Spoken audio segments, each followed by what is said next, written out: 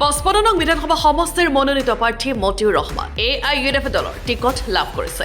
ইতিমধ্যে মতিউৰ ৰহমানৰ ঘৰত সমষ্টিবাসী মানুহৰ সুধবলৈ আৰম্ভ কৰিছে। সকলোৱে শক্তিশালীভাৱে অংশগ্ৰহণ কৰিছে। এবাৰ মতিউৰ ৰহমানক টিঙৰ MLA হিচাপে চাব বিচাৰে সকলোৱে। মতিউৰ ৰহমানক শুভেচ্ছা জ্ঞাপন কৰিবলৈ মতিউৰ ৰহমানৰ ঘৰত আহি উপস্থিত হৈছে অজস্ৰ জন।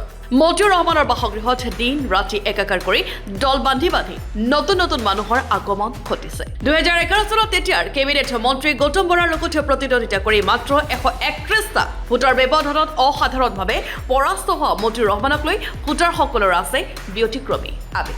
টিঙৰ ভোটাৰসকলে মাৰ বান্ধি থিয় হৈছে। যিকোনো ত্যাগ আৰু কষ্টৰ বিনিময়ত এবাৰ তেওঁলোকে মতিউৰ ৰহমানক অসম বিধানসভাত অধিষ্ঠিত কৰিব। ঘোষণা কৰাৰ পিছত আজি প্ৰথমবাৰ আমাৰ কৰ্মীসকল আমাৰ ঘৰত আহি উপস্থিত হৈছিল। ইতিমধ্যে যোৱাকালি এটা কৃতজ্ঞতা যাত্ৰা আমি গোটেই সমষ্টিতে কৰিছিলোঁ।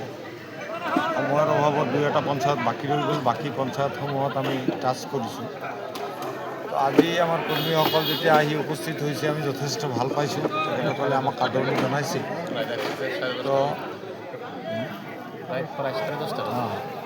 ৰাতি প্ৰায় 10:30 বাজিছে। তাৰাবিৰ পিছত মানুহখিনি আহি উপস্থিত হৈছে। ৰমজান মাহ যথেষ্ট ব্যস্ততাত মানুহে দিন কটাব লগা হয়।